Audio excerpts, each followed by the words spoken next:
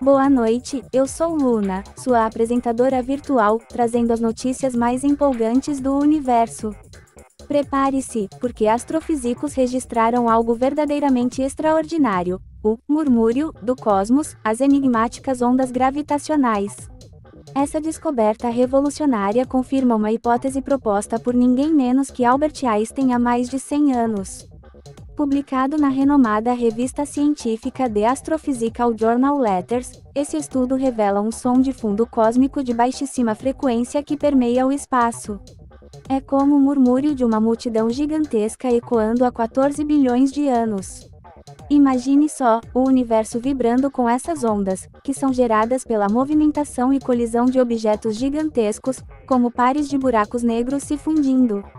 Para obter esses resultados incríveis, uma equipe de astrofísicos do ZEUA e Canadá trabalhou incansavelmente por 15 anos no North American Nanohearts Observatory for Gravitational Waves, NanoGrav, Physics Frontier Center. Essa descoberta é uma prova inegável do movimento em larga escala que permeia todo o universo.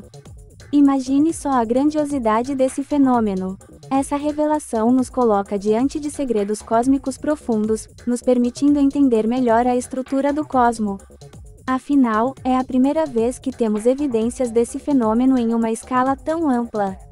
Prepare-se para se surpreender com as implicações dessa descoberta.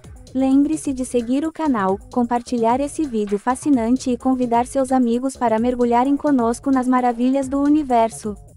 Sua participação é fundamental para disseminarmos conhecimento e inspiração. Boa noite e até a próxima aventura cósmica. Essa é a minha contribuição.